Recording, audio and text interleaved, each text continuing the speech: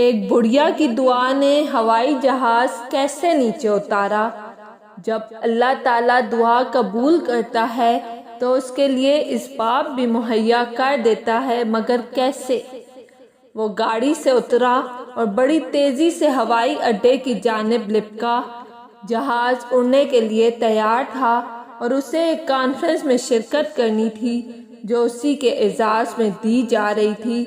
جلدی جلدی جہاز میں پہنچ کر اپنی مقررہ نشست پر بیٹھا اور ابھی جہاز اڑنے کے بعد کچھ ہی دور گیا تھا کہ اچانک اعلان ہوا، آسمانی بجلی کے کھڑکنے اور تیز طوفانی بارش کی وجہ سے انتظامی آلات میں خلل واقع ہو گیا ہے، لہٰذا جہاز کو نزدیک ترین ہوائی اڈے پر اتارا جا رہا ہے۔ وہ جہاز اترتے ہی ہوائی اڈے کے عملے کے منتظم کے پاس پہنچا اور گویا ہوا میں ایک جانا مانا عالمی متخصص ڈاکٹر ہوں۔ میرے لیے میرا ایک ایک منٹ انسانوں کی جانوں کے برابر قیمت رکھتا ہے، اور آپ چاہتے ہیں یہاں سے کہ میں ہاتھ پر ہاتھ رکھ کر بیٹھا رہوں؟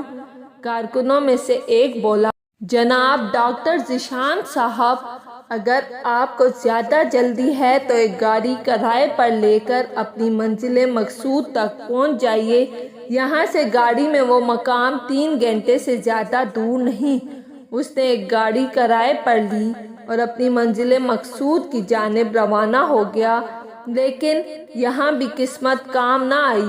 موسلا دھار بارش اور طوفان آڑے آیا اور وہ سفر جاری نہ رکھ سکا۔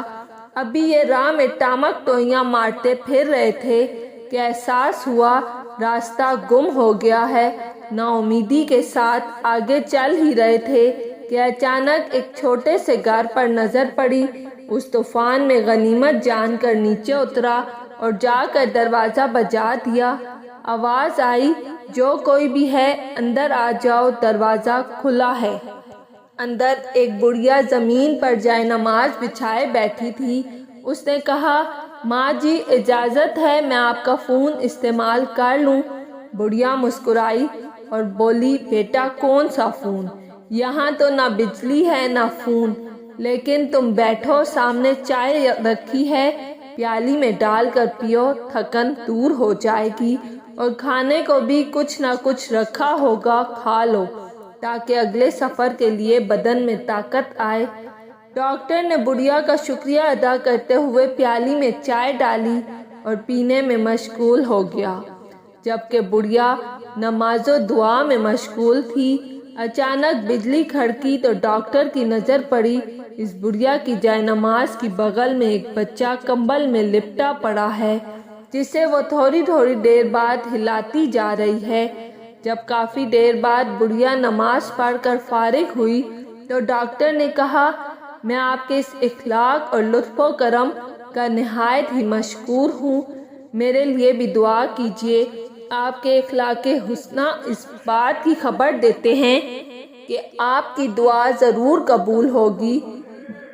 بڑھیا بولی، نہیں بیٹا، ایسی کوئی بات نہیں، تم راہ گیر ہو اور راہ گیروں کے ساتھ حسن سلوک کا حکم اللہ نے دیا ہے۔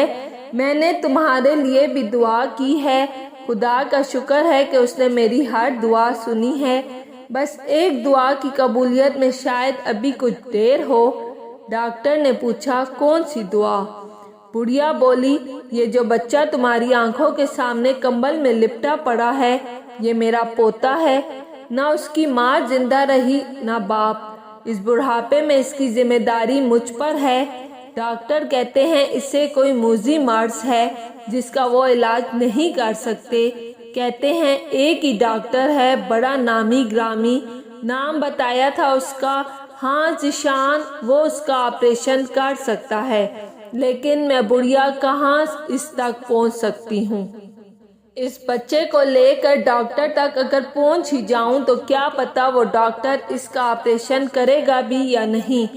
میری تو خیر ہے، یہ بیچارہ بچہ خوار ہو جائے گا، بس اب اللہ سے ہی امید ہے کہ وہ میری مشکل آسان کر دے۔ ڈاکٹر کی آنکھوں میں آنسو نکل رہے ہیں۔ وہ بھرائی ہوئی آواز میں بولا، خدا کی قسم، آپ کی دعا نے ہوائی جہاز کو نیچے اتار لیا۔ آسمان پر بجلیاں کندوا دی، مجھے رستہ بلوا دیا تاکہ میں یہاں تک کھینچا چلا آؤں۔ خدا کی قسم مجھے یقین نہیں آتا کہ خدا ایک دعا کو اس طرح قبول کر کے اپنے بندے کے لیے یوں اسباب فراہم کرتا ہے۔ اگر آپ کو میری ویڈیو پسند آئی ہے تو لائک اور سبسکرائب لازمی کیجیے گا۔